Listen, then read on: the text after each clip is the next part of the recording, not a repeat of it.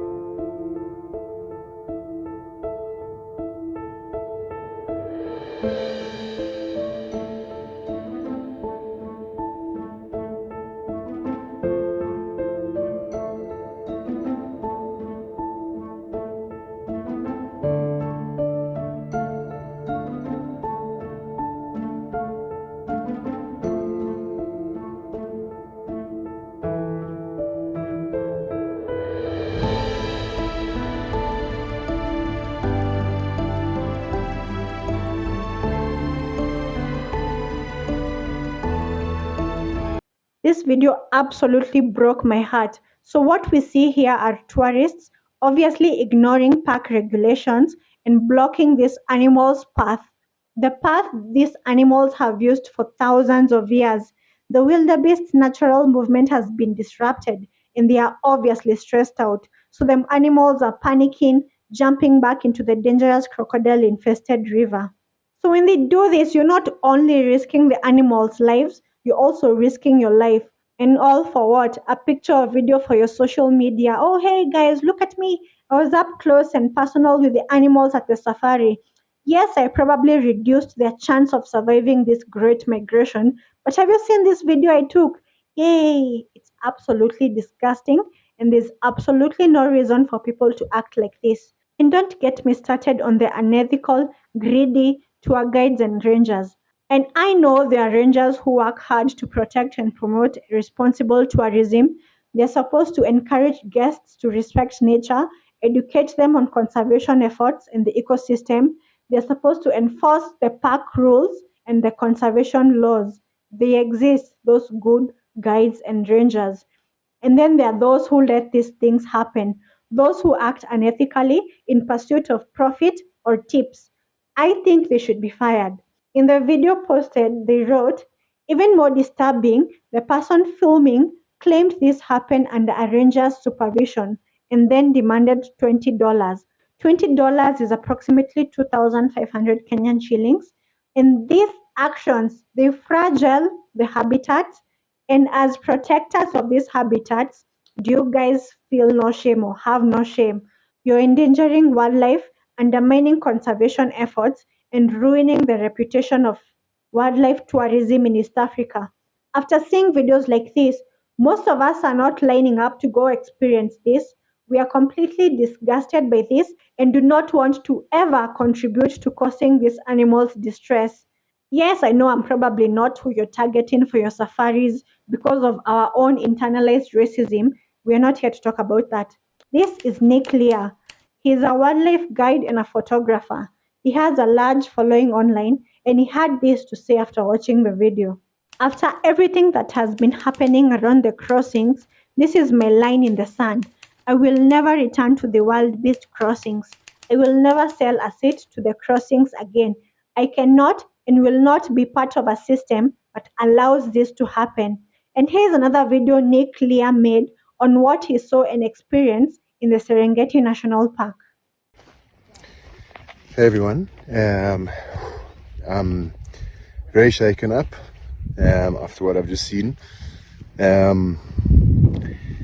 Something needs to change around this migration. I've never seen behavior like what I just saw now.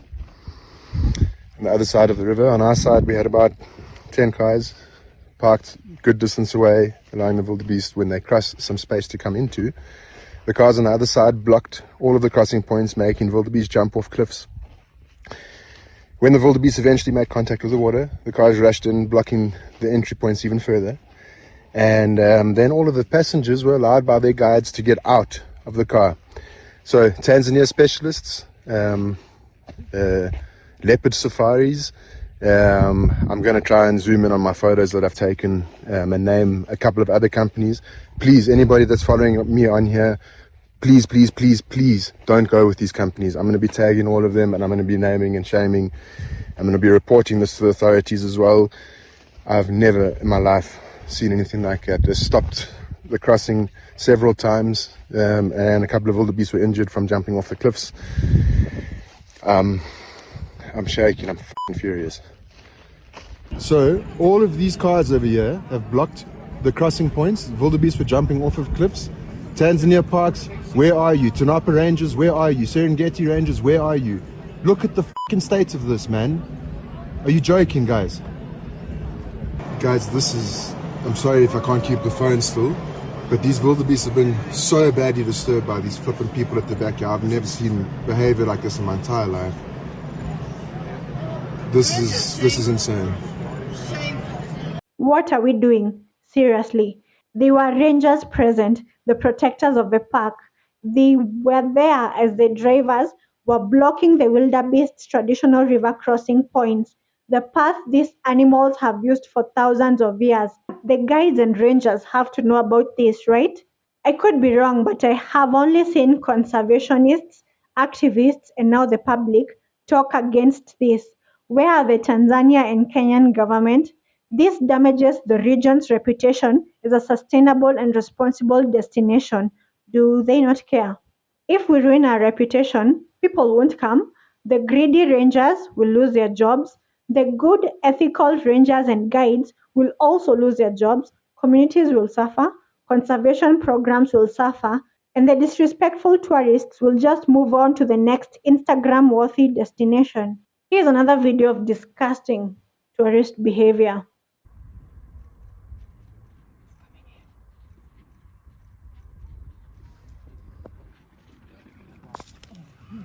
Just here. Oh, they both got them. Sorry. Don't block us. We are watching. Hello? We are watching. Wait.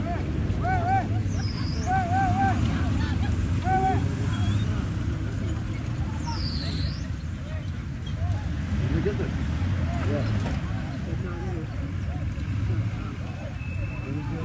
We still have a view. Yeah, we are not We have a moving. view. Can I have the coffee? Yeah, but we are not moving. Can I have the coffee? Just take it easy. Can I have the coffee?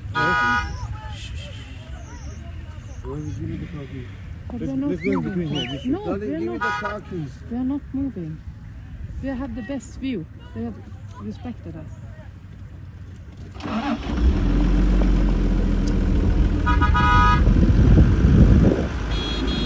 What is stupid?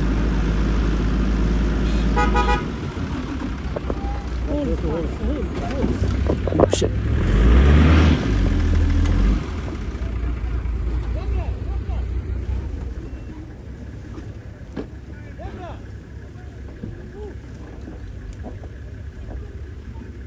This is appalling and aggressive tourism at its finest. Aggressive tourism refers to tourist behavior or practices that put profit and excitement above respect for nature, culture, and the local community.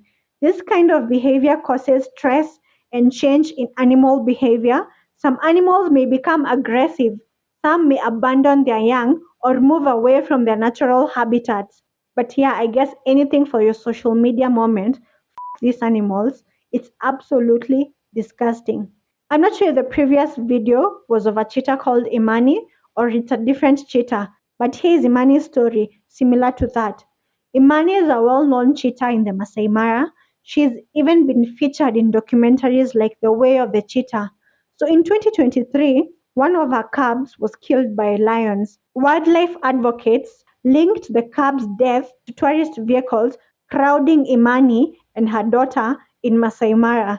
The crowds make cheetahs and their cubs more vulnerable by limiting their ability to spot and evade large predators like lions. And now let's talk about the construction of lodges and other facility inside or near wildlife paths. This can greatly inhibit animal migration. And in this case, we'll talk about the Ritz-Carlton. I saw this from a creator called Dr. Chloe or the Jungle Doctor. Imagine seeing this and thinking, you know what's missing? A 5-star luxury hotel right on top of it. Well, that's exactly the thought process that went through the Marriott Group's head, opening a $3,500 a night Ritz-Carlton despite lobbying and outrage from Maasai leaders. The site is no accident. Here we are in Africa, Kenya on top, Tanzania on the bottom. Here we are on the border, the Masai Mara, very famous national park. This is the site of the hotel. It gets interesting when we go to satellite view. So here we go. Proposed site of the hotel, which has opened as of last week. This happens to be one of the most important river crossings for wildebeest in the area. Again, you can see it along here. Interestingly, in the plans that you saw before of the hotel, this little construction up here was missing. And you'll notice that that is right in the path of the wildebeest crossing, as if the proximity of the lodge itself wasn't bad enough. So the lodge has already been constructed, and the Ritz-Carlton got sued after people found out this happened. The director of the Institute for Maasai Education, Research and Conservation, his name is Meitamei Olol Dapash, says they learned about the construction in May because it was nowhere near the main population center. So he, Meitamei, conservationists, and Maasai leaders, they didn't know about the construction that was going on. And when they found out, this is when they filed a lawsuit to block the opening of the lodge. So the lawsuit states that the camp obstructs a critical migration route between Masai Mara and Tanzania's Serengeti. The lawsuit also states that there is no public evidence found of a proper environmental impact assessment ever being made public as required under Kenyan law. The development also violates the management plan for the reserve, which bans new tourism accommodation developments before 2032. In the demand letter, Dr. Meta May Oledapash makes the claim that the Ritz-Carlton Sand River Safari Camp is constructed on a vital wildlife corridor. Writing in his letter, this site is globally recognized as one of the most vital wildlife migration corridors on Earth, and its ecological and cultural importance is irreplaceable. I have personally studied and known this sacred territory for decades. This location was a habitat for endangered black rhinos and large herds of buffalo. Oledapash has therefore made several demands of Marriott International, including full disclosure of land lease and user agreements, certified copies of permits issued by NEMA, and verifiable evidence that meaningful consultations were conducted with local Maasai communities. So far, that sounds like a solid case, right? Now let's see what the county government had to say about that. They did not speak up against such unethical tourism practices which endanger wildlife, but when a billion-dollar company is involved in the controversy, then they had things to say. And I'm sorry to disappoint you, but the county government, supported the project. The Ritz-Carlton Masai Mara Safari Camp, like many other establishments within the Masai Mara National Reserve, is a lawful lease of the county government of Narok. The company operates in accordance with the lease agreement and within the legal framework of Kenya. The Ritz-Carlton Masai Mara Safari Camp does not interfere with the habitat of any endangered species in the Mara Serengeti ecosystem. I didn't know that the county government supported the project. The Jungle Doctor posted this, showing that the lodge has already started affecting the wildlife in the area. So that's the lodge, and these are the animals turning back after finding this construction here. So with a mere $3,500 per person every night, per night, you can experience a private suite, plunge pools, and don't forget the butler. That's about 450,000 Kenya shillings every night. And that's just the starting price. And then they find signs like this. These are areas in a national reserve that people in the community cannot get to. And honestly speaking, the country's citizens, the Kenyan citizens, cannot get to in a national reserve. So these issues threaten both the East Africa's wildlife heritage and its standing as one of the world's top safari destinations. Wildlife tourism in East Africa stands out as one of the most extraordinary experiences in the world because of its unmatched natural diversity, the famous wildlife spectacles, and strong conservation culture, and we just cannot afford to damage the region's reputation as a sustainable and responsible destination. We can't afford that. If the safari experience will be turned to being exclusively for the very rich, those who do not care about threatening the delicate balance of the ecosystem, or idiots who couldn't care less about respecting nature, let me tell you, the ecosystem will no longer be able to support the same variety of life or provide resources like clean water, fertile soil, and tourism opportunities for people. Protecting that balance is essential, not just for wildlife, but for the health of the entire planet. And that is all I have for you today. I would like to know what you think about all this, and hopefully you'll join me for my next one. Goodbye and take care.